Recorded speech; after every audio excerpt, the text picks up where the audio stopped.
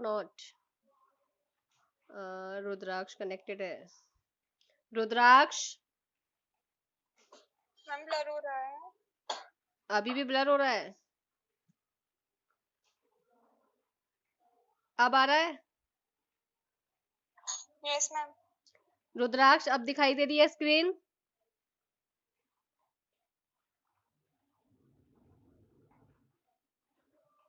रुद्राक्ष आपको मेरी वॉइस आ रही है नहीं आ रही?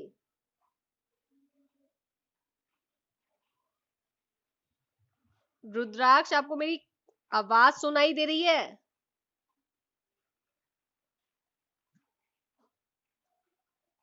एक रुद्राक्ष को प्रॉब्लम आ रही है। Pseudo chemical reaction, pseudo chemical yes ma'am आ रही है। आ रही है? स्क्रीन दिखाई दे रही है? रुद्राक्ष अब स्क्रीन दिखाई दे रही है?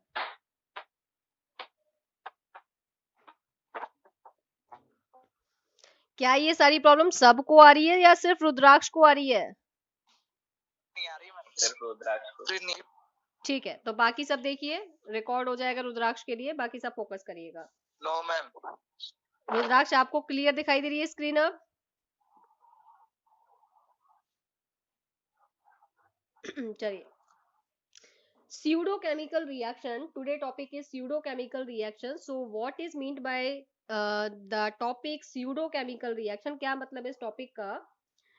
एक्चुअल में कुछ रिएक्शंस ऐसी होती हैं जो अपीयर होती हैं हायर ऑर्डर की, लेकिन एक्चुअली में वो लोअर ऑर्डर्स की होती हैं, और ऐसी रिएक्शंस को हम pseudochemical reactions कहते हैं। जैसे मैंने कहा आपसे, such chemical reaction,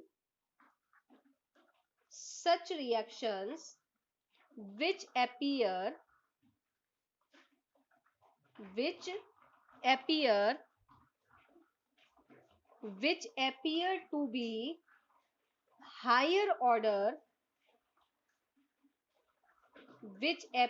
to be higher order, but actually follows lower order kinetics are called pseudochemical reaction. Pseudochemical reactions, मैंने क्या लिखा है यहाँ पर? कुछ रिएक्शंस ऐसी होती हैं जो ऐसा लगता है उन्हें देखकर कि उनका ऑर्डर बहुत ज्यादा है, बट एक्चुअली में प्रैक्टिकली देखा जाए तो उनका ऑर्डर लोअर होता है। ऐसी केमिकल रिएक्शंस को हम स्यूडो केमिकल रिएक्शंस बोलते हैं। एग्जांपल के साथ समझते हैं। जैसे मैंने एक एग्जांपल लिया, A plus B gives you product, और मुझसे किसी ने कहा, ब्रैकेट में लिखा हुआ था एलिमेंट्री, ब्रैकेट में लिखा हुआ था एलिमेंट्री, तो मैं एलिमेंट्री रिएक्शन का ऑर्डर देखकर लिख सकती हूँ। मैंने इस रिएक्शन का ऑर्डर देखा, तो ऑर्डर मैंने इस रिएक्शन का रेट एक्सप्रेशन लिखा, तो मैंने लिखा R इज इक्वल टू के A की पावर 1 और B की पावर 1। एलिमेंट्री रिएक्शन थी, एलिमेंट्री रिएक्शन का मैं रेट एक्सप्रेशन लिख सकती हूँ। स्टोइकियोमेट्रिक कोएफिशिएंट पर डिपेंड करता है, स्टोइकियोमेट्रिक कोएफिशिएंट A का 1 है, B का भी स्टोइकियोमेट्रिक कोएफिशिएंट 1 है, मैंने रेट एक्सप्रेशन लिख दिया। लेकिन इस एलिमेंट्री रिएक्शन में जो B वाला रिएक्टेंट था, ये एक्सिस में प्रेजेंट था। ये किस में प्रेजेंट था? ये एक्सिस में प्रेजेंट है। इसके एक्सिस में होने से हुआ क्या? आपने 11th क्लास में एक टॉपिक पढ़ा है, लिमिटिंग रिएजेंट और एक्सिस रिएजेंट। रिएक्शन का रेट किस पे डिपेंड करता है? लिमिटिंग रिएजेंट पर डिपेंड करता है। रिएक्शन का रेट किस पर डिपेंड करता है? लिमिटिंग रिएजेंट पर डिपेंड करता है। आप लोगों को आवाज क्लियर हो रही है? मैम आपकी वॉइस बहुत स्लो आ रही है। आवाज कम आ रही है मेरी? क्लियर आ रही है। किसको मेरी वॉइस कम आ रही है? मैम मेरे को आयुषी, पता नहीं आज प्रॉब्लम। एक मिनट में थोड़ा सा और एडिट करके देखती हूँ सिस्टम को कि आप लोगों को आवाज क्लियर आए। मैं गेट बंद कर देती हूँ।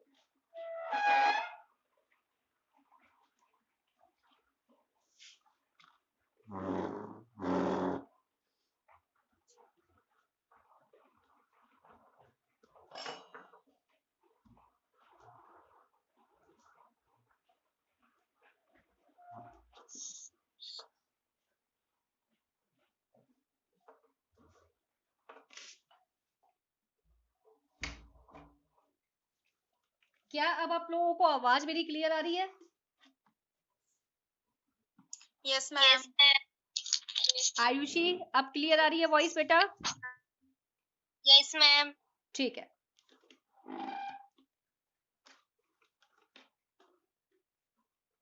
चलिए अब स्टार्ट करते हैं। तो मैंने आपसे कहा कि स्यूडोकेमिकल रिएक्शंस वो रिएक्शंस होती हैं जो देखने में ऐसा लगता है कि उनका ऑर्डर बहुत ज्यादा होगा, लेकिन एक्चुअली प्रैक्टिकली उनका ऑर्डर कम होता है। ऐसी रिएक्शंस को हम स्यूडोकेमिकल रिएक्शंस बोलते हैं। एक एग्जांपल के तरीके से देखा जाए तो A plus B gives you product, ये मैंने लिखा कि एक एलिमेंट्री रिएक्शन जो एक स्टेप में प्रोसीड होती है, और एलिमेंट्री रिएक्शंस का हम रेट एक्सप्रेशन लिख सकते हैं। मैंने यहाँ पर इसको अभी एक्सेस में नहीं लिखा, तो इसका रेट एक्सप्रेशन मैंने लिखा R इज इक्वल टू के A की पावर 1 B की पावर 1। यहाँ तक मेरे हिसाब से किसी को कोई कंफ्यूजन नहीं होगा। अब मैंने आपसे कहा कि जो B वाला रिएक्टेंट है वो एक्सिस में है। तो याद करिए 11th क्लास में एक टॉपिक था लिमिटिंग रिएजेंट, एक्सिस रिएजेंट, ये टॉपिक आपने पढ़ा होगा। और आपको पता होगा कि रिएक्शन जो है वो जिस रिएक्टेंट की क्वांटिटी कम होती है, जो लिमिट में होता है, उस पर डिपेंड करती है। अब अगर यहाँ पर B बहुत ज्यादा एक्सेस में प्रेजेंट है, सपोज मैंने B को वाटर मान लिया, वाटर एक सॉल्वेंट है, हमारे पास पानी की कमी नहीं है, पानी तो बहुत ज्यादा है, चाहे प्योर नहीं है पर बहुत ज्यादा है। अगर मैं पानी की क्वांटिटी बढ़ाती जाऊं किसी रिएक्शन के अंदर, तो A को रिएक्ट करने के लिए, A के 1 मोल को रिएक्ट करने के लिए B का 1 मोल ही चाहिए सिर्फ। लेकिन अगर मैं B के 1000 मोल ले लूं, 2000 मोल ले लूं, तो वो एक्सिस रिएजेंट है, वो पड़ा रहेगा, वो रिएक्ट नहीं करेगा। तो B की कंसंट्रेशन को बढ़ाने से रिएक्शन के रेट पर फर्क नहीं पड़ रहा। B की कंसंट्रेशन को बढ़ाने से रेट पर कोई फर्क नहीं पड़ रहा, रिएक्शन का रेट कांस्टेंट है। B की कंसंट्रेशन पर रिएक्टेंट का रेट डिपेंड नहीं कर रहा। अगर कोई रिएक्टेंट रिएक्शन में बहुत ज्यादा एक्सेस अमाउंट में प्रेजेंट होता है, तो उसकी कंसंट्रेशन पर रिएक्शन का रेट डिपेंड नहीं करता है। तो इस केस में जो मेरा रेट एक्सप्रेशन आएगा वो ये नहीं आएगा। अब मेरा जो रेट एक्सप्रेशन आएगा वो आएगा R इज इक्वल टू के A की पावर 1 नॉट B की पावर 1। अगर ये एक्सिस में है तो इसका कुछ पार्ट ही सिर्फ इसके साथ में रिएक्ट कर रहा है, इसका 1 मोल सिर्फ 1 मोल के साथ रिएक्ट करेगा। अगर ये इसके 1000 पार्ट्स हैं तो हमें उस 1000 पार्ट का कोई काम यहाँ पर नहीं है, तो वो पड़ा रहेगा। तो इसकी कंसंट्रेशन को बढ़ाने से मेरी रिएक्शन के रेट पर कोई फर्क नहीं पड़ रहा, मेरे रिएक्शन के रेट पर कोई फर्क नहीं पड़ रहा। तो देखने में ऐसा लग रहा था कि ये एलिमेंट्री रिएक्शन, इसका रेट एक्सप्रेशन ये होना चाहिए था, और इस रिएक्शन का ऑर्डर 1 + 1 2 होना चाहिए था। लेकिन इस रिएक्शन का ऑर्डर 2 नहीं है, इस रिएक्शन का ऑर्डर 1 है। देखने में ये सेकंड ऑर्डर काइनेटिक्स लग रही थी, पर एक्चुअली में it is first order kinetics. ये सेकंड ऑर्डर काइनेटिक्स नहीं है, ये फर्स्ट ऑर्डर काइनेटिक्स है। कितने बच्चों को मेरी बात क्लियर हो रही है? कितने बच्चों को मेरी बात क्लियर हो गई? Yes ma'am. यहाँ तक बात सबको क्लियर हो गई कि देखने में ऐसा लग रहा है कि ये हायर ऑर्डर काइनेटिक्स की रिएक्शन है, but it is lower order kinetic reaction.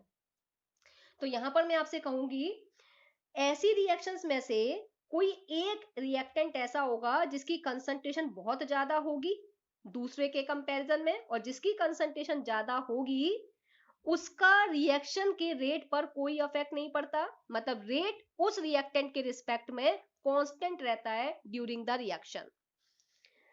तो नोट में अगर मैं आपसे कहूं, the reaction which are not truly of first order but under certain condition becomes reaction of first order. The reaction which are not truly of first order but under certain condition become reaction of first order. कुछ reactions ऐसी होती हैं जो ऐसा लगता है कि first order की नहीं है, जैसे रिएक्शन देखने में लग रहा था सेकंड ऑर्डर की है, पर कुछ कंडीशन ने इसे फर्स्ट ऑर्डर की रिएक्शन बना दिया। तो वो कौन सी कंडीशन थी जिसने इसे फर्स्ट ऑर्डर की रिएक्शन बना दिया? इस रिएक्टेंट के एक्सिस होने वाली कंडीशन ने इस रिएक्शन को फर्स्ट ऑर्डर काइनेटिक का बना दिया। तो वो सर्टेन कंडीशन जिसकी वजह से रिएक्शन का ऑर्डर चेंज हो गया। तो मैं यहां से आपसे कहूंगी, नोट में इस बात को लिखवा रही हूं मैं आपसे, the reactions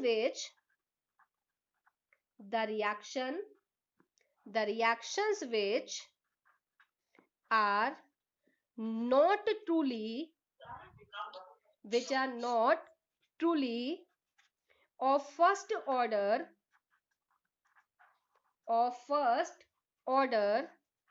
but under certain conditions,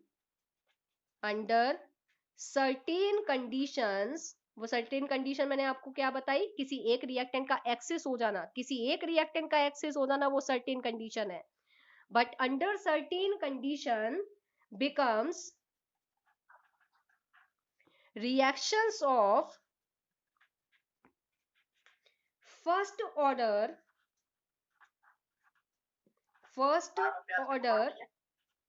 are called, बेटा किसके यहाँ से आवाज आ रही है?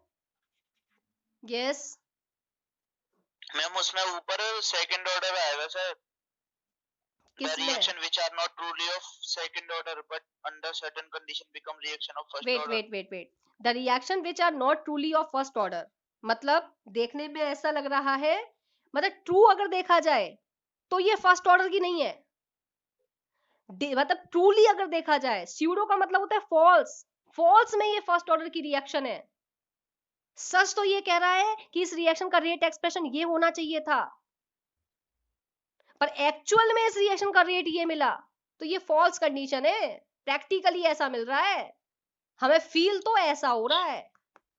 तो the reaction which are not truly of first order but under certain condition, किसी कंडीशन की वजह से वो फर्स्ट ऑर्डर हो गए, ऐसी रिएक्शंस को हम बोल रहे हैं स्यूडो फर्स्ट ऑर्डर रिएक्शन. कितने बच्चों को मेरी बात समझ में आ गई? सबको मेरी बात यहाँ तक क्लियर है? एक एग्जांपल यहाँ पर और बता दो. अफसार. हाँ मैम. बेटा स्यूडो केमिकल रिएक्शंस वो रिएक्शंस होती हैं जो देखने में ऐसी लगती हैं कि हायर ऑर्डर की होंगी, पर एक्चुअली प्रैक्टिकली देखा जाए तो वो लोअर ऑर्डर्स की होती हैं. ऐसी रिएक्शंस को हम स्यूडो केमिकल रिएक्शंस कहते हैं. Such reactions which appear to be higher order but actually follows lower order kinetics are called pseudochemical reaction. मैंने इस रिएक्शन में बताया था कि A plus B gives you product. अगर मैंने ब्रैकेट में लिख दिया कि ये एलिमेंट्री रिएक्शन है तो हम इस रिएक्शन का रेट एक्सप्रेशन लिख सकते थे R is equal to K, A की पावर 1 B की पावर 1. लेकिन अब मैंने क्या किया, यहाँ पर एलिमेंट्री रिएक्शन का रेट एक्सप्रेशन बिल्कुल ठीक है, कोई दिक्कत नहीं है. स्टोक्योमेट्रिक कोफिशिएंट पर डिपेंड करता है रिएक्टेंट की, इसका स्टोक्योमेट्रिक कोफिशिएंट 1 है, इसका भी 1 है, बिल्कुल ठीक है रेट एक्सप्रेशन. लेकिन मैंने यहाँ किसी एक रिएक्टेंट को एक्सेस में कर दिया. तो याद करो 11th क्लास में आपने एक टॉपिक पढ़ा है लिमिटिंग रिएजेंट. अगर आपकी रिएक्शन में कोई रिएक्टेंट लिमिट में प्रेजेंट है तो रिएक्शन का रेट उस पर डिपेंड करेगा जो लिमिट में है. एक्सेस में रिएक्शन का रेट डिपेंड नहीं करता, तो लिमिट में ये है, तो रेट ऑफ रिएक्शन इस रिएक्टेंट की कंसंट्रेशन पे तो डिपेंड कर रहा है पर इस पर नहीं कर रहा. अब चाहे ये एलिमेंट्री रिएक्शन है, इसका रेट एक्सप्रेशन ये होना चाहिए था, पर इसके एक्सेस होने की वजह से अब रेट एक्सप्रेशन ये है. मतलब इसकी कंसंट्रेशन पर रेट डिपेंड नहीं कर रहा, इसकी कंसंट्रेशन पर रेट कांस्टेंट है. तो देखने में लग रहा था कि ये सेकंड ऑर्डर काइनेटिक्स होना चाहिए था, इसका ऑर्डर निकालें इस रिएक्शन का तो 1 + 1 2 होना चाहिए था, पर एक्चुअल में इसका ऑर्डर 1 आ रहा है, तो सेकंड ऑर्डर काइनेटिक्स होना चाहिए था पर हो गया फर्स्ट ऑर्डर काइनेटिक्स. तो ऐसी रिएक्शन जिनका ऑर्डर दिखता तो हायर है पर होता लोअर है, ऐसी रिएक्शंस को हम स्यूडो केमिकल रिएक्शन कहते हैं. अब सर मेरी बात क्लियर हो गई? ठीक है, एक एग्जांपल और देखते हैं. जैसे मेरे से कहा गया एग्जाम्पल, याद करिए मैंने आपको हाइड्रोलाइसिस ऑफ एस्टर वाली एक रिएक्शन पढ़ाई थी. हाइड्रोलाइसिस ऑफ एस्टर सबको याद आ रही होगी, फर्स्ट ऑर्डर काइनेटिक्स में पढ़ाई थी. फर्स्ट ऑर्डर काइनेटिक्स का एग्जांपल बताया था hydrolysis of ester, hydrolysis of sucrose, all the radioactive decays are first order kinetics. सबको मेरी बात याद आ रही होगी. हाइड्रोलाइसिस ऑफ एस्टर वाली रिएक्शन को अगर हम देखें, CH3COOC2H5 plus H2O in the presence of acid to give 1 mole of acetic acid and 1 mole of ethanol. This is the hydrolysis of ester reaction. In this is a elementary reaction. ये एक elementary reaction है और ये एक step में complete होती है. ये रिएक्शन एक स्टेप में कंप्लीट होती है. यहाँ पर जो वाटर है वो सॉल्वेंट है, और सॉल्वेंट पूरी दुनिया में बहुत ज्यादा है। हम कभी भी सॉल्वेंट को डालने में कभी नहीं करते, हम किसी भी चीज को प्रिपेयर करते ना सॉल्वेंट तो भरकर डालते हैं।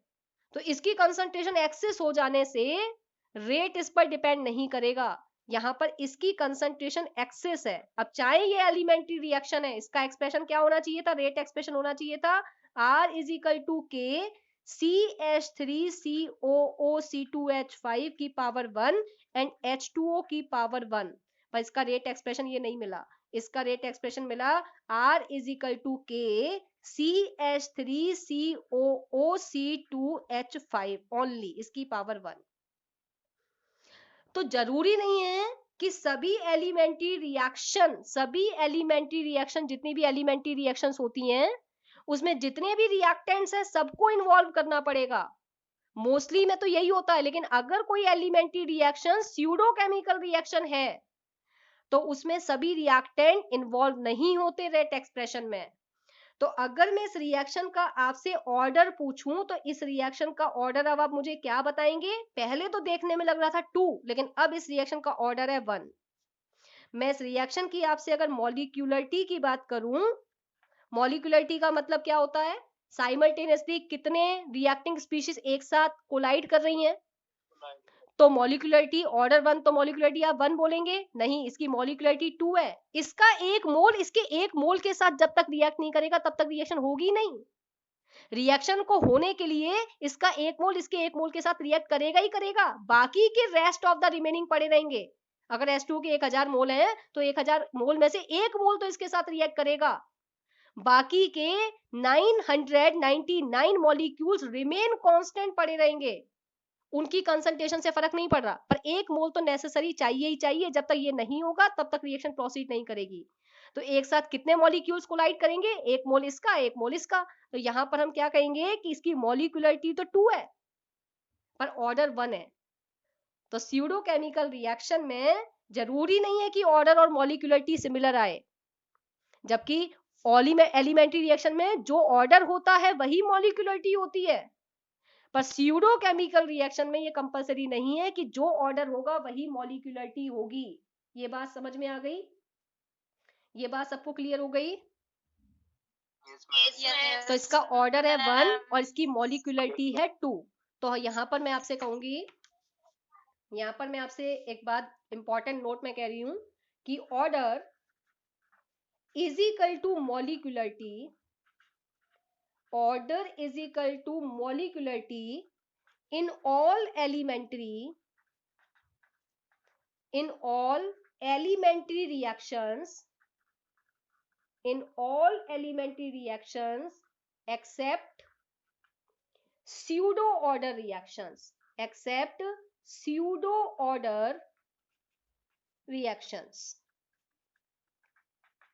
ऑर्डर मॉलिक्यूलरिटी के इक्वल होगा सभी एलिमेंट्री रिएक्शंस में, किसको छोड़कर? स्यूडो ऑर्डर रिएक्शंस में को छोड़कर। तो यहां पर हम कहेंगे, दूसरे पॉइंट में मैं आपसे कह रही हूं कि order not equals to molecularity, order not equals to molecularity in pseudo order reactions, in pseudo order reactions. कितने बच्चों को बात क्लियर है यहां तक? मैम यस मैम, हर elementary reaction pseudo order reaction होगी ऐसा कुछ है क्या? हर elementary reaction pseudo order reaction होगी जरूरी नहीं है। अगर एलिमेंट्री रिएक्शन में कोई एक रिएक्टेंट एक्सेस में दे दिया तो वो रिएक्शन स्यूडो ऑर्डर रिएक्शन हो जाएगी। पुष्कर, मेरी बात क्लियर हुई? हाँ मैम। एक एग्जांपल और समझ लेते हैं। जैसे मुझे एग्जांपल दे रखा है 2A + B gives you C, ये एक एग्जांपल है और मुझसे कहा गया कि it is a elementary reaction, ये एक एलिमेंट्री रिएक्शन है। तो मुझे ये बताया गया कि ये वाला रिएक्टेंट एक्सिस में है, ये वाला रिएक्टेंट एक्सिस में है। अगर ये एक्सिस में नहीं होता तो मैं रेट एक्सप्रेशन क्या लिखती? R इज इक्वल टू के A की पावर 2 और B की पावर 1, क्योंकि एलिमेंट्री रिएक्शन में रिएक्टेंट के जो भी स्टोइकियोमेट्रिक कोएफिशिएंट्स होते हैं वही हम पावर में रख देते हैं। पर ये एक्सिस में है तो अब मेरा रेट क्या हो जाएगा? R इज इक्वल टू के A की पावर 2 ओनली। तो ऐसा लग रहा था कि ये थर्ड ऑर्डर काइनेटिक्स की रिएक्शन है, but it is a second order kinetic reaction. So the order of the reaction is 2. इस रिएक्शन का अगर मैं ऑर्डर देखूं तो इस रिएक्शन का ऑर्डर 3 नहीं आ रहा, 2 आ रहा है. पर अगर मैं इस रिएक्शन की मॉलिक्यूलरिटी देखूं तो इस रिएक्शन की मॉलिक्यूलरिटी के लिए इसके 2 मोल्स इसके 1 मोल के साथ रिएक्ट करेंगे, कोलाइड करेंगे. इसके 2 मोल इसके 1 मोल के साथ कोलाइड करेगा, चाहे इसके कितना भी पार्ट एक्सिस में वो रिमेन पड़ा रहेगा. तो मॉलिक्यूलरिटी यहाँ पर 2 नहीं आएगी, या मॉलिक्यूलरिटी इसकी 3 आएगी. पुष्कर, मेरी बात क्लियर हो गई? Yes ma'am. बाकी सबको मेरी बात क्लियर है? Yes, ma'am. जितने भी बच्चों को स्यूडो ऑर्डर रिएक्शन का मतलब अच्छे से क्लियर हो चुका है वो मुझे एक बार हैंड रेज करके बता दें, क्योंकि इसके बाद मैं दूसरा टॉपिक शुरू कर रही हूँ जो सबसे ज्यादा इंपॉर्टेंट है. ये तो एक छोटा सा टॉपिक था जो मैंने आज की क्लास की हेडिंग भी नहीं डाली है, तो एक बार मुझे क्लियर कर दें कि सबको ये वाला टॉपिक क्लियर है या नहीं.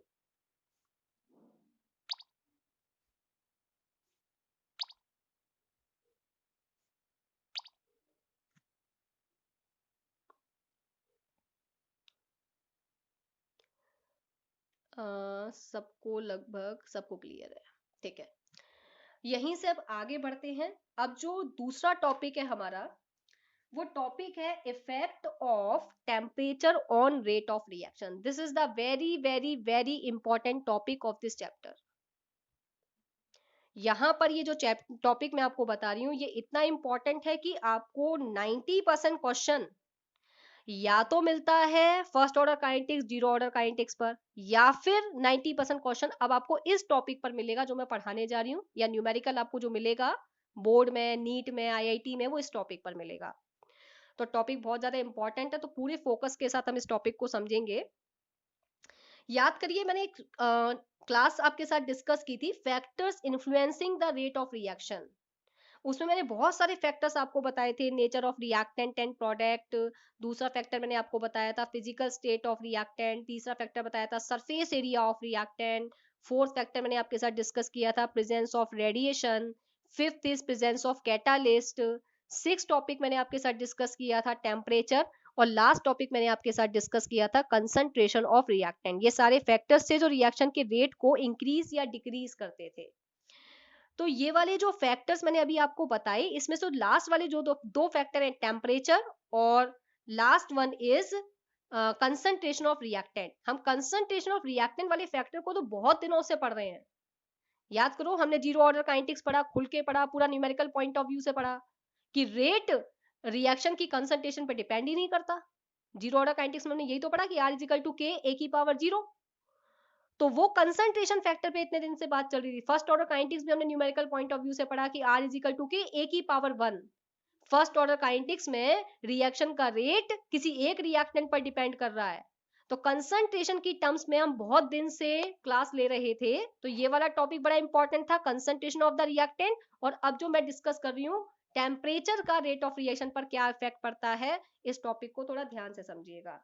तो मैंने प्रीवियसली आपको कनेक्ट किया, सबको मेरी बात क्लियर हो गई होगी कि मैं क्या डिस्कस करने जा रही हूँ आपसे. Effect of temperature on rate of reaction. Effect of temperature on rate of reaction. Temperature का रेट ऑफ रिएक्शन पर क्या इफेक्ट पड़ता है ये बहुत अच्छे से समझना, मतलब बिल्कुल कान, आंखें और दिमाग खोलकर सुनना अच्छे से. सभी कनेक्टेड हैं, कुछ मिस हो गए, चलो कोई नहीं. Effect of temperature of rate of reaction पर मेरी बात को फोकस करिए. In most of the chemical reaction on increasing the temperature rate of reaction increases. Generally मैंने आपको बताया था कि अगर टेम्परेचर इंक्रीज करते हैं तो रिएक्टेंट के मॉलिक्यूल्स की काइनेटिक एनर्जी बढ़ती है, उनके कोलाइड करने की टेंडेंसी बढ़ती है. अगर मॉलिक्यूल्स के बीच में कोलिजन होगा तो प्रोडक्ट के बनने की प्रोबेबिलिटी बढ़ जाती है. तो on increasing temperature the rate of reaction increases, and you know very well rate of reaction is directly proportional to rate constant. Rate of reaction increases then rate constant also increases. तो temperature अगर बढ़ेगा तो rate of reaction भी बढ़ेगा और rate constant भी बढ़ेगा. यहां तक सबको मेरी बात क्लियर हो गई होगी। मैं इस बात को लिख देती हूँ, किसी को अगर सुनाई ना दे रही हो। In most of the reaction, in most of the reaction, एक आध रिएक्शन की बात छोड़कर जो एक्सेप्शन होती है, in most of the reaction on increasing temperature, rate of reaction increases and rate constant also increases.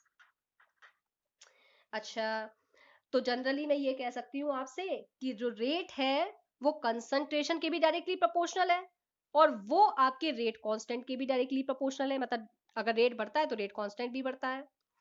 तो अब मैं आपसे डिस्कस करूंगी, now we will discuss relation between rate constant and temperature. मैं क्या डिस्कस करने जा रही हूँ आपसे? रिलेशन बिटवीन रेट कांस्टेंट के एंड टेम्परेचर T, इसके बीच में क्या रिलेशन है ये हम डिस्कस करने जा रहे हैं।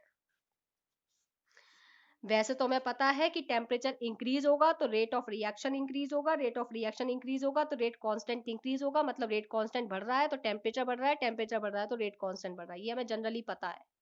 फिर हम क्यों रिलेशन डिस्कस करने जा रहे हैं, लेकिन कुछ प्रॉब्लम की वजह से हमें रिलेशन डिस्कस करना पड़ रहा है। तो जनरली आपने ये भी पढ़ा है कि अगर हम टेम्परेचर को 10 डिग्री सेल्सियस बढ़ा देते हैं तो आप देखते हैं कि रिएक्शन का रेट नियरली डबल हो जाता है। ऐसा मैंने आपको कई बार बताया है, ऐसा मैंने आपके साथ में कई बार डिस्कस किया है कि मानकर चलते हैं एक केमिकल रिएक्शन 25 डिग्री सेल्सियस पर करी गई, उसी केमिकल रिएक्शन को अब 35 डिग्री सेल्सियस पे किया गया। तो 25 डिग्री सेल्सियस पर जब उस रिएक्शन को किया गया था तो मानकर चलते हैं उसका रेट x है, और जब उस रिएक्शन को 35 डिग्री सेल्सियस पे किया गया तो उसका रेट 2x आया। तो 10 डिग्री सेल्सियस बढ़ाने पर रिएक्शन का रेट डबल, नियरली डबल मिल रहा है। लेकिन मैंने कहा जनरली ऐसा देखा गया और रेट नियरली डबल मिल रहा है। जरूरी नहीं है कि डबल ही मिले, कई बार ऐसा भी देखा गया कि 2 से 2.5 भी देखने को मिला, कुछ केस में 3 तक देखने को मिला, कुछ केसेस में 2.2 भी देखने को मिला। तो एग्जैक्ट रिलेशन क्या है? क्या डबल है एग्जैक्ट रिलेशन? तो एग्जैक्ट रिलेशन हमें निकालना है कि रेट कांस्टेंट और टेम्परेचर के बीच में एग्जैक्टली रिलेशन है क्या। मेरी बात समझ में आ रही है सबको मैं क्या बताने जा रही हूँ? Yes, ma'am. Yes, ma'am. Yes, ma'am. तो रेट कांस्टेंट और टेम्परेचर के बीच में हम रिलेशन निकालने जा रहे हैं। तो मैंने आपको बताया कि जनरली ऐसा कहा जाता है, मैं लिख देती हूँ उस बात को, कि जनरली ऑन 10 डिग्री सेल्सियस या केल्विन, 10 डिग्री सेल्सियस और kelvin, rise in temperature, rate constant और रेट और रिएक्शन नियरली डबल्स। मैं नियरली वर्ड यूज कर रही हूं, नियरली, मैंने एग्जैक्ट डबल नहीं कहा है, नियरली डबल कहा है। ज्यादातर बुक में सिर्फ डबल लिखा हुआ है, लेकिन कुछ अच्छी बुक्स में नियरली डबल लिखा हुआ है। नियरली डबल से मतलब है कि 2 भी मिल सकता है, 2.1 भी मिल सकता है, 2.3, 2.5, इवन 3 तक देखा गया। तो एग्जैक्ट रिलेशन के लिए हम बात करेंगे। तो यहां पर मैं एक फैक्टर डिस्कस करूंगी आपके साथ में, वो फैक्टर है temperature coefficient. Temperature coefficient, temperature coefficient क्या है ये टेम्परेचर कोफिशिएंट? ये जो टेम्परेचर कोफिशिएंट है इसको हम कह सकते हैं it is the ratio of 2 rate constant. ये 2 रेट कांस्टेंट का रेशियो है। जैसे मैंने पहली रिएक्शन की 25 डिग्री सेल्सियस पर, इस रिएक्शन का कोई रेट कांस्टेंट आएगा, मान के चलते हैं इस रिएक्शन का रेट कांस्टेंट K1 है। फिर सेम रिएक्शन को मैंने 35 डिग्री सेल्सियस पे किया तो इसका जो रेट कांस्टेंट है मान के चलते हैं K2 है।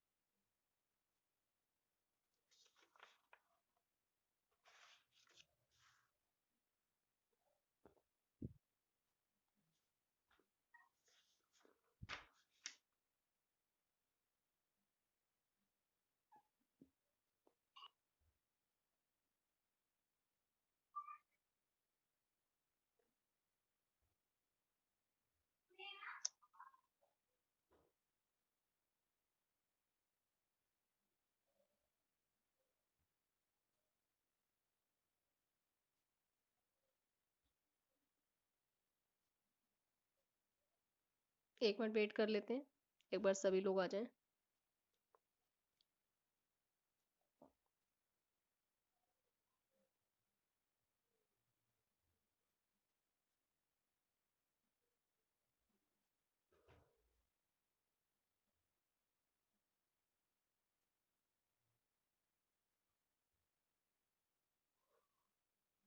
अभी तक सबको क्लियर सुनाई दिया है, क्लियर समझ में आया है, या किसी को कोई प्रॉब्लम हुई है?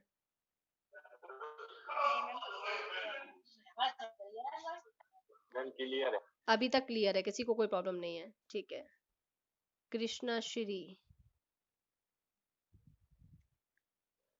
मैम, स्क्रीन शो नहीं हो रही नेटवर्क प्रॉब्लम की वजह से। कृष्णा श्री,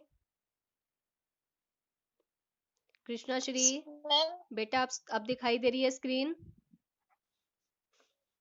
मैम नहीं हो रही शो। अच्छा, मेरी आवाज आपको आ रही है क्लियर? मैं सुनाई। ठीक है, आप कोई बात नहीं, मेरी वॉइस को मैम। सुनिए, बाकी मैं रिकॉर्डिंग आपको भेज दूंगी। कम से कम आप मेरी वॉइस को सुनिए, ठीक है? Okay ma'am. चलिए, अब जो आएंगे वो आएंगे। तो यहाँ मैंने आपके साथ डिस्कस किया टेम्परेचर कोफिशिएंट। मैंने आपसे कहा, अभी मैं डिस्कस कर रही थी कि एक रिएक्शन 25 डिग्री सेल्सियस पे की गई, उस रिएक्शन का एक रेट कांस्टेंट था जिसे हमने K1 मान लिया। उसी सेम रिएक्शन को अब की बार मैंने 35 डिग्री सेल्सियस पे किया, तो इस रिएक्शन का रेट कांस्टेंट K2 आया। तो मैंने आपसे कहा temperature coefficient is defined as the ratio of two rate constant, दो रेट कांस्टेंट का रेशियो, दो रेट कांस्टेंट का रेशियो। मैम नेटवर्क प्रॉब्लम, एक मिनट बेटा। खुशी, खुशी Yes, मैम। बेटा, एक बार कशिश को कॉल लगाना, मैम। एक बार कशिश को कॉल लगाना, उसको बोलो ट्राई करे अगेन, ओके मैम। या मैसेज छोड़ दो, मैसेज। ठीक है मैम। मैम मैंने मैसेज किया था, उसने सीन नहीं किया। अच्छा ठीक है, मैसेज छोड़ दो, बाकी तो रिकॉर्डिंग चली रही है। Okay ma'am. चलिए, तो टेम्परेचर कॉफिशिएंट मैंने आपको क्या बताया? टेम्परेचर कॉफिशिएंट में मैंने आपको बताया कि दो रेट कांस्टेंट का रेशियो टेम्परेचर कॉफिशिएंट है। It is the ratio of, it is the ratio of two rate constant, of two rate constant on same reaction, on same reaction, temperature coefficient Tc is equal to K, K ये वाला K क्या है? Rate constant. जब हमने 10 degree Celsius temperature बढ़ा दिया, तो मान के चलते हैं जो टेम्परेचर था उसमें मैंने 10 डिग्री सेल्सियस को प्लस कर दिया, 10 डिग्री सेल्सियस टेम्परेचर को प्लस कर दिया, डिवाइडेड बाय रेट कांस्टेंट, जिसमें हमने बिलो 10 डिग्री सेल्सियस टेम्परेचर था उस टेम्परेचर पर बात की है, ओनली T डिग्री सेल्सियस पर। तो temperature coefficient is the ratio of two rate constant on same reaction. This is the final rate constant, जो आपने 10 डिग्री सेल्सियस बढ़ाने के बाद जो रेट कांस्टेंट है, और ये वो रेट कांस्टेंट है जो 10 डिग्री सेल्सियस बढ़ाने से पहले का जो रेट कांस्टेंट है। इसका अगर हम रेशियो देखेंगे, अगर इसको डिवाइड करने पर वैल्यू 2 आती है, तो मान लीजिए कि आपकी रिएक्शन 10 डिग्री सेल्सियस बढ़ाने पर जस्ट डबल हो रही है। और अगर इसकी वैल्यू 2.3 आती है, 2.4 आती है, 2.5 आती है, या 3 आ जाती है, तो 3 टाइम्स रिएक्शन का रेट बढ़ रहा है।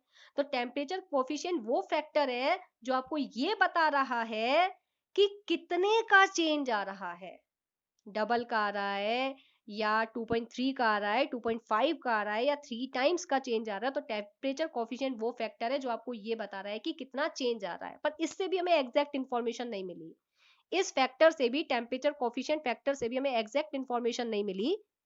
इससे हम कुछ हद तक चीजों को सॉल्व कर पाए, लेकिन पूरी तरीके से हम चीजों को सॉल्व नहीं कर पाए। यहाँ तक केस क्लियर हो रहा है? टेम्परेचर कोफिशिएंट सबको समझ में आ गया क्या मतलब है टेम्परेचर कोफिशिएंट का? Yes ma'am.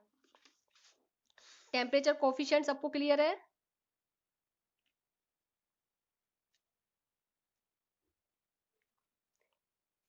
सबको क्लियर है temperature coefficient?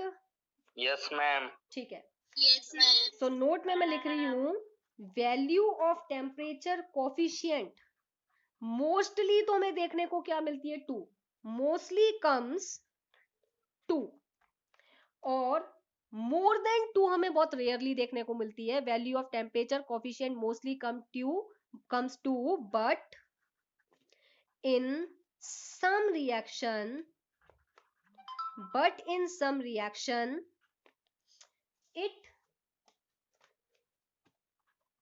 it is more than 2। ज्यादातर रिएक्शन में हमें टेम्परेचर कॉफिशिएंट तो देखने को मिलता है वो 2 मिलता है, लेकिन कुछ रिएक्शंस ऐसी भी हैं जिसमें ये हमें 2 से ज्यादा मिलता है, but in some reaction it is more than 2। अच्छा, अगर मैं आपसे कहूं कोई रिएक्शन 10 डिग्री सेल्सियस पर उसका रेट कांस्टेंट K है, तो 20 डिग्री सेल्सियस पर अगर डबल के हिसाब से बढ़ रहा है तो 20 डिग्री सेल्सियस पर उसका रेट क्या हो जाएगा 2K। 30 डिग्री सेल्सियस पर क्या हो जाएगा, 30 डिग्री सेल्सियस पर कितना हो जाएगा 4K। 40 डिग्री सेल्सियस पे कितना हो जाएगा 8K। अगर 3 टाइम्स के हिसाब से बढ़ रही है तो 20 डिग्री सेल्सियस पे क्या हो जाएगा 3K। 30 डिग्री सेल्सियस पे हो जाएगा 9K, और 40 डिग्री सेल्सियस पर क्या हो जाएगा आपका 27K। तो अगर आपको क्वेश्चन में न्यूमेरिकल में इस तरीके से गिवन हो कि टेम्परेचर कॉफिशिएंट आपको दे रखा हो कि temperature coefficient of this reaction is 2 on increasing 10 degree Celsius rise in temperature, और आपसे कहा जाए कि आप 80 डिग्री सेल्सियस पे बताइए कि रिएक्शन का रेट कांस्टेंट क्या होगा, तो हर 10 डिग्री सेल्सियस पर आप टेम्परेचर कॉफिशिएंट वाले फैक्टर से रेट को बढ़ाते जाएंगे। अगर वो 2 टाइम्स बता रहा है तो 2 टाइम्स के हिसाब से बढ़ाएंगे, और 3 टाइम्स बता रहा है तो 3 टाइम्स के हिसाब से बताएंगे।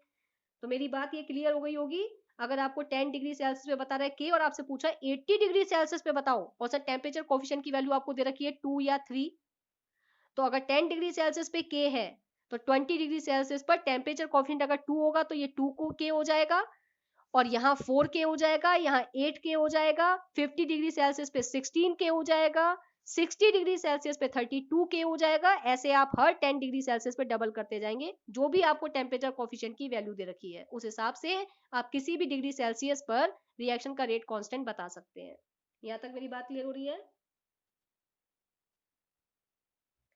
यहाँ तक सबको मेरी बात क्लियर हो गई?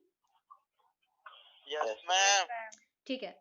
अच्छा, हमें ये भी पता है कि रेट कांस्टेंट अगर बढ़ता है, ये बात हमें पता है कि रेट कांस्टेंट अगर बढ़ता है, इंक्रीज होता है, तो रेट ऑफ रिएक्शन भी इंक्रीज होती है, ये बात हमें पता है। और ये भी दिमाग में सेट कर लो, every reaction have different temperature coefficient, हर रिएक्शन का टेम्परेचर कॉफिशिएंट डिफरेंट होता है। मैं नोट में इस बात को यहां भी लिख दे रही हूं, every reaction have different temperature coefficient, हर रिएक्शन का टेम्परेचर कॉफिशिएंट डिफरेंट होता है। एवरी रिएक्शन से आप डिफरेंट टेम्परेचर कॉफिशिएंट, अगर किसी का 10 डिग्री सेल्सियस पे बढ़ाने पर 10 डिग्री सेल्सियस टेम्परेचर बढ़ाने पर 2 आ रहा है, तो किसी रिएक्शन में हो सकता है 2.3 आए, हो सकता है 3 आए, तो जरूरी नहीं है कि हर रिएक्शन में टेम्परेचर कॉफिशिएंट की वैल्यू सेम आएगी। ये चीज भी आपको क्लियर हो गई होगी। तो यहां मैं डिस्कस कर रही हूं, एक क्वेश्चन को ध्यान से फोकस करिएगा। क्वेश्चन है आपका, फॉर अ पर्टिकुलर रिएक्शन, कोई एक रिएक्शन दे रखी है, फॉर अ पर्टिकुलर रिएक्शन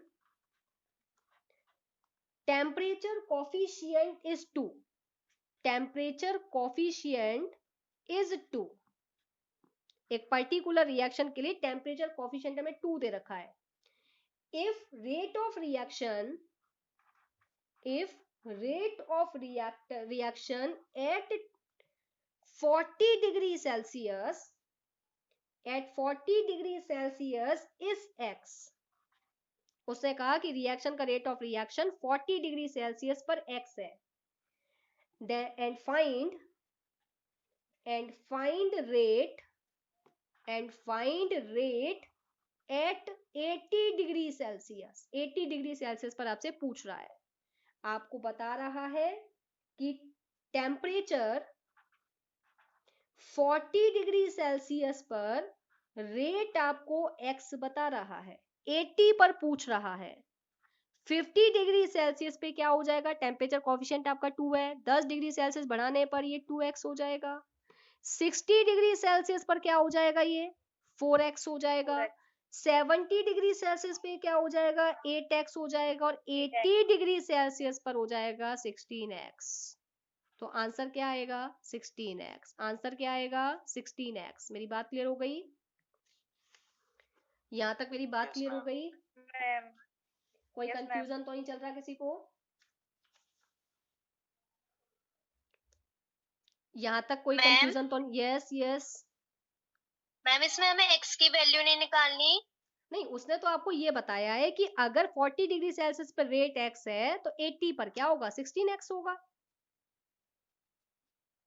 अगर उसमें x की वैल्यू पूछे तो? x की वैल्यू पूछने के लिए उसको बताना पड़ेगा कि कंसंट्रेशन इनिशियल क्या है, फाइनल क्या है, वो सारा डाटा देना पड़ेगा।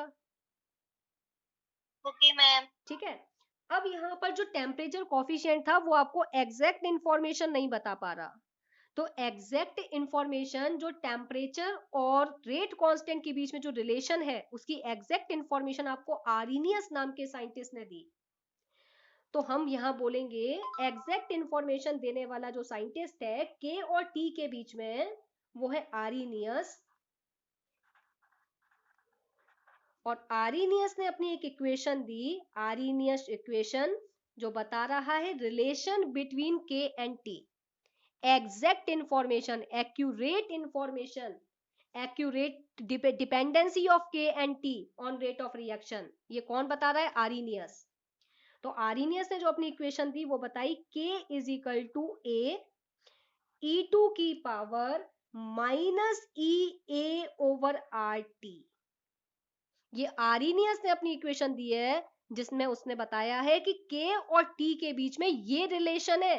अब इस रिलेशन को हम अच्छे से समझेंगे कि आरिनियस ने इक्वेशन कैसे दी और क्या मतलब है आरिनियस की इस इक्वेशन का।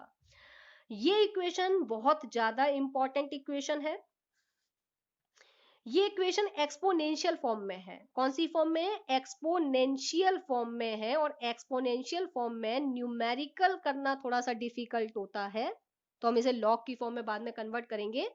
पर अभी आपको ये ध्यान रखना है कि आरिनियस इक्वेशन क्या है, relation between temperature and rate constant के बीच में एक्यूरेट रिलेशन है, के इज इक्वल टू ए ई की पावर माइनस ई ए ओवर आर टी। यहाँ पर हम बात करेंगे एक एक सिंबल की कि कौन सा सिंबल किस चीज को रिप्रेजेंट कर रहा है। First, K is equal to rate constant, K सबको पता है, you all know very well. एक मिनट, खुशी आउट हो गई है।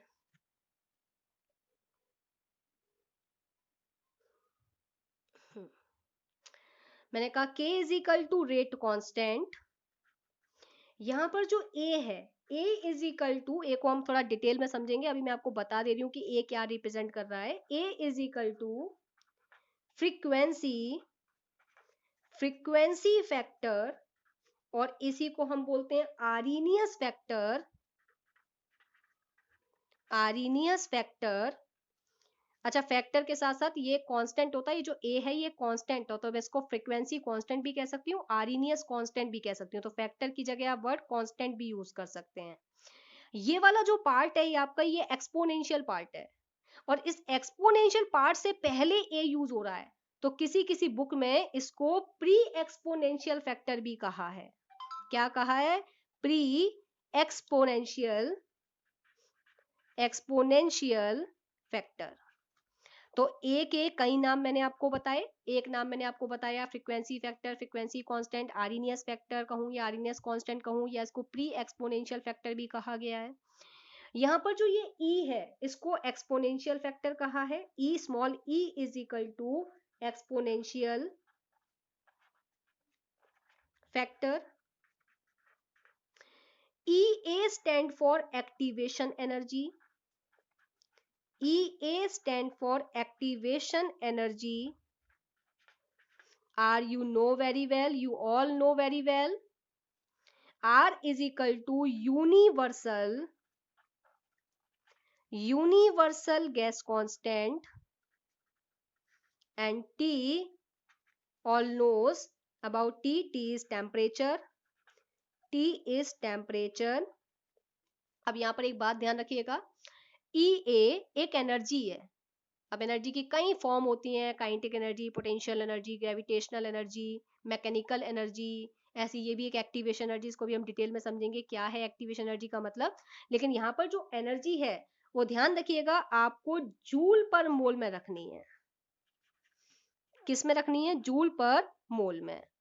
यूनिवर्सल गैस कांस्टेंट की वैल्यू भी आप जूल पर मोल वाली लेंगे, तो यहाँ पर आप कोई और वैल्यू आर की यूज नहीं करेंगे, ओनली यही वाली वैल्यू यूज करेंगे, 8.314 जूल पर मोल केल्विन वाली, यही वाली वैल्यू आप यूज करेंगे आर की. और टेम्परेचर ऑलवेज आप केल्विन में ही पुट करेंगे, इस चीज का ध्यान रखेंगे. तो मैंने आपको यहाँ बताया कि ये जो आर्हेनियस इक्वेशन है, ये आर्हेनियस इक्वेशन एग्जैक्ट रिलेशन बता रही है किसके between? Rate constant and temperature के बिटवीन. इसने जो इक्वेशन दी है एक्सपोनेंशियल फॉर्म में है, न्यूमेरिकल करने में डिफिकल्टी होगी, तो इसको भी हम थोड़ा सा इजी वाले फॉर्म में ले जाएंगे लॉग के बेस से. और यहाँ मैंने आपको अभी एक एक वेरिएबल का मतलब बताया कि हमें अच्छे से पता है के इज रेट कांस्टेंट. ए को हम बहुत सारे नाम से जानते हैं, frequency factor, frequency constant, Arrhenius factor या pre exponential factor. E small E stand for exponential factor, जो हमेशा कांस्टेंट रहता है. EA को हम एक्टिवेशन एनर्जी कहते हैं, अभी डिटेल में समझते हैं. R हमें पता है यूनिवर्सल गैस कांस्टेंट, और T भी हमें अच्छे से पता है कि T इज टेम्परेचर. अब इसको अच्छे से समझेंगे एक बार. अब जरा यहाँ पर फोकस करना, K और T के बीच में अगर हम देखें तो जनरली हमने क्या पढ़ा था अभी पीछे कि रेट कांस्टेंट और टेम्परेचर के बीच में डायरेक्टली प्रोपोर्शनल जैसा कुछ रिलेशन है कि K बढ़ता है, रेट कांस्टेंट अगर बढ़ता है तो टेम्परेचर बढ़ता है, तो रेट ऑफ रिएक्शन बढ़ती है, रेट ऑफ रिएक्शन बढ़ता है तो रेट कांस्टेंट बढ़ता है. लेकिन यहाँ K और T के बीच में आर्हेनियस ये बता रहा है कि इसके बीच में डायरेक्टली प्रोपोर्शनल का रिलेशन नहीं है, एग्जैक्ट डायरेक्टली प्रोपोर्शनल का रिलेशन नहीं है, एक्सपोनेंशियल फॉर्म में इक्वेशन आ रही है.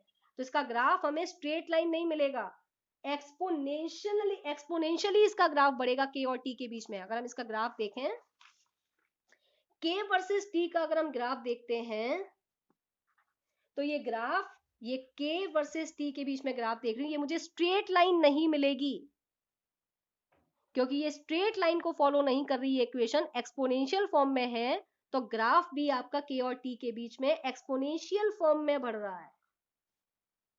ये ग्राफ ऐसा मिलेगा आपको K और T के बीच में. कई बार पूछा गया है K और T के बीच का ग्राफ, तो कुछ बच्चे स्ट्रेट लाइन इक्वेशन बनाकर आ जाते हैं, स्ट्रेट लाइन का ग्राफ बना देते हैं. तो ये एक्सपोनेंशियली बढ़ रहा है, तो K और T के बीच में बिल्कुल एग्जैक्ट डायरेक्टली प्रोपोर्शनल का रिलेशन नहीं है, ऐसा आर्हेनियस ने बताया. अब यहाँ पर एग्जैक्ट रिलेशन और इस इक्वेशन को समझने के लिए हम कुछ फैक्टर्स पे बात करेंगे. तो सबसे पहले कुछ फैक्टर्स हैं जिसको मैं डिस्कस करने जा रही हूँ, कॉलिजन थ्योरी. क्योंकि हमारी जो रिएक्शन है उसमें रिएक्टेंट जब तक कोलाइड नहीं करेंगे तब तक रिएक्शन नहीं होगी. तो हमें कोलाइडिंग थ्योरी पढ़ेंगे, उसके बेस पर हम ये पता करेंगे कि कौन कौन से मॉलिक्यूल कोलाइड करते हैं, किस तरीके से मॉलिक्यूल कोलाइड करते हैं. जब तक मॉलिक्यूल कोलाइड नहीं करेंगे तब तक रिएक्शन प्रोसीड नहीं होगी. टेम्परेचर के बढ़ने पर कॉलिजन फैक्टर तो बढ़ता है, लेकिन क्या टेम्परेचर के बढ़ने पर कॉलिजन फैक्टर बढ़ने से क्या सभी कॉलिजन उतने इफेक्टिव हैं कि वो प्रोडक्ट बना दें? तो कॉलिजन थ्योरी को थोड़ा सा हम डिटेल में पढ़ेंगे, अच्छे से समझेंगे पहले कॉलिजन थ्योरी को कि कॉलिजन थ्योरी हमारी क्या कह रही है. तो मैंने यहां पर आपसे कहा, एक बार थोड़ा सा वेट करिए.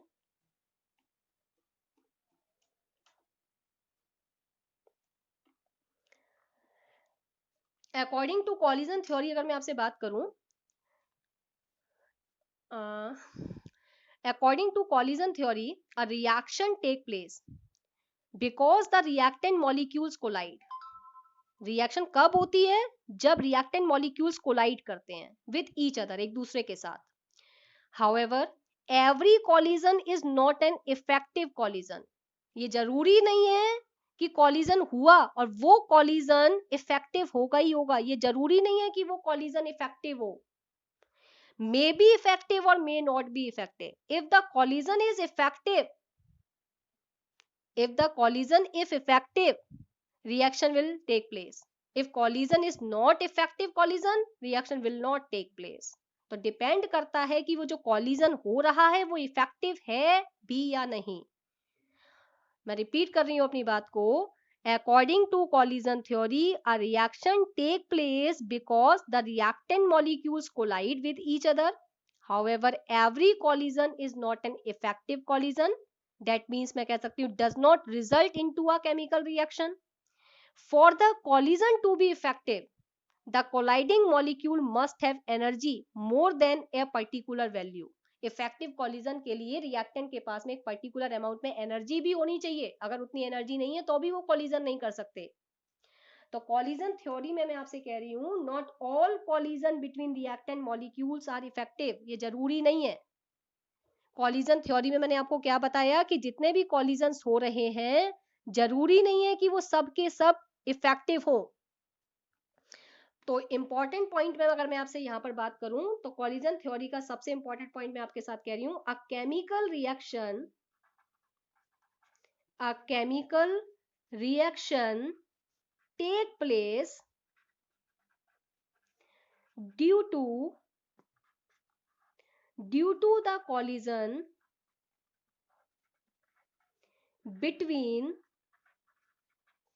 Reactant molecules. एक केमिकल रिएक्शन तभी होगी जब रिएक्टेंट मॉलिक्यूल्स के बीच में कॉलिजन होगा. नंबर ऑफ कॉलिजन्स ज्यादा से ज्यादा होने चाहिए. जितने ज्यादा नंबर ऑफ कॉलिजन्स होंगे उतनी ज्यादा प्रोडक्ट के बनने की प्रोबेबिलिटी होगी. तो हम कह सकते हैं the number of collision taking place पर सेकेंड पर यूनिट वॉल्यूम, इसको हम कॉलिजन फ्रीक्वेंसी कहते हैं. जितनी ज्यादा कॉलिजन फ्रीक्वेंसी होगी उतनी ज्यादा रिएक्शन के कंप्लीट होने की प्रोबेबिलिटी होगी.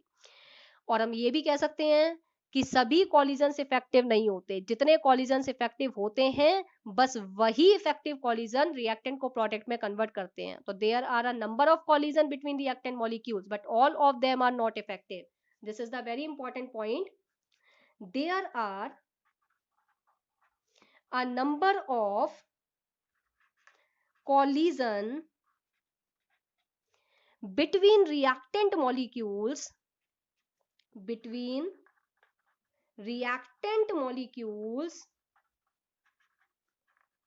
but all of them are not effective. लेकिन सभी के सभी collisions effective नहीं होते. तो अब हमें ये पता करना है कि कौन से कॉलिजन इफेक्टिव होते हैं. तो इफेक्टिव कॉलिजन्स डिपेंड करते हैं कुछ कंडीशंस पर. Effective collision depend upon the following factors. अब वो कौन कौन से फैक्टर पर डिपेंड करेंगे? Effective collisions depend upon the following factors. Effective collisions depend upon the following factor. First number factor है आपका ओरिएंटेशन फैक्टर. सेकंड फैक्टर है आपका energy barrier. Third factor is activation energy. हमने अभी पीछे एक सिंबल डिस्कस किया था EA, यहां खुल के पढ़ेंगे, activation energy. Fourth factor is threshold energy. Effective collision in 4 factor पर डिपेंड करता है. पहला फैक्टर है ओरिएंटेशन फैक्टर, दूसरा फैक्टर है एनर्जी बैरियर, तीसरा फैक्टर है आपका एक्टिवेशन एनर्जी और चौथा फैक्टर है आपका थ्रेशोल्ड एनर्जी. अगर ये चारों फैक्टर परफेक्टली वर्क कर रहे हैं तो कॉलिजन परफेक्ट होगा, इफेक्टिव होगा और इफेक्टिव कॉलिजन फटाफट से रिएक्टेंट को प्रोडक्ट में कन्वर्ट कर देगा. बच्चा ये समझता है कि अगर एक टेस्ट ट्यूब ली है उसमें 2 रिएक्टेंट डाल दिए तो रिएक्शन होगी ही होगी. जरूरी नहीं है रिएक्शन होगी. रिएक्टेंट के डाल देने से रिएक्शन का होना जरूरी नहीं होता.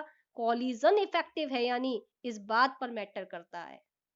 तो कई बार आप देखते हैं कि रिएक्शन किसी की टेस्ट ट्यूब में रिएक्शन जल्दी से हो जाती है और किसी की टेस्ट ट्यूब में रिएक्शन नहीं हो पा रही है. इसका मतलब उसकी टेस्ट ट्यूब में इफेक्टिव कॉलिजन नहीं हो पाया, कोई वजह थी जिसकी वजह से इफेक्टिव कॉलिजन नहीं हुआ. तो जरूरी नहीं है कि हर बार आपकी रिएक्शन प्रोडक्ट में कन्वर्ट हो जाएगी.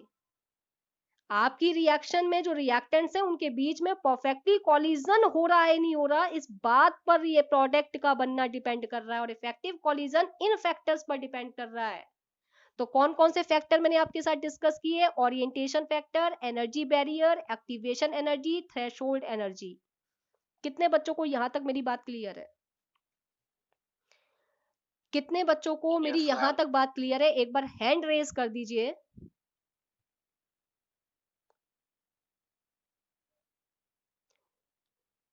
आज नेटवर्क इशू की वजह से बहुत सारे बच्चे प्रॉब्लम फेस कर रहे हैं। एक काम करते हैं, आज हम क्लास यहीं पर होल्ड करते हैं क्लास को। इफेक्टिव कॉलिजन के फैक्टर से हम क्लास को कल डिस्कस करते हैं, यहीं से कंटिन्यू। और आज थोड़ा सा मौसम भी बारिश की वजह से ऐसा रहा है, तो नेटवर्क में प्रॉब्लम आ ही रही है सबको। यहाँ तक अगर सबको क्लियर है तो मैं अभी इन पेजेस को अभी आपको सेंड कर रही हूँ, एक बार आप मुझे व्हाट्सएप पर मैसेज जरूर कर दीजिएगा यहाँ तक टॉपिक क्लियर है। बाकी मैं एक बार वीडियो जो रिकॉर्ड करी है वो सबको भेज दूंगी, यहाँ तक सब एक बार देख लें, क्योंकि आगे का टॉपिक हमारा पूरा न्यूमेरिकल पॉइंट ऑफ व्यू से चलेगा, क्योंकि हम इस इक्वेशन को पूरा एक डेरिवेशन फॉर्म में समझेंगे कि ये इक्वेशन कैसे आई, इस पे न्यूमेरिकल किस तरीके से होंगे। तो ये सारा हमें एक बार अच्छे तरीके से समझना है, ठीक है? तो आप लोग एक बार अपना रिप्लाई दे दीजिए, बाकी वीडियो को भी एक बार देख लीजिएगा। तो यहाँ पर मैं अभी इसको क्लास को होल्ड कर रही हूँ, यहीं से कंटिन्यू हम क्या करेंगे, कल क्लास को कंटिन्यू करते हैं 5 बजे, और सभी को टाइमिंग पता होना चाहिए, 5 से 6 की क्लास है, ठीक है? तो ऑल ऑफ यू लीव कर सकते हैं मीटिंग को।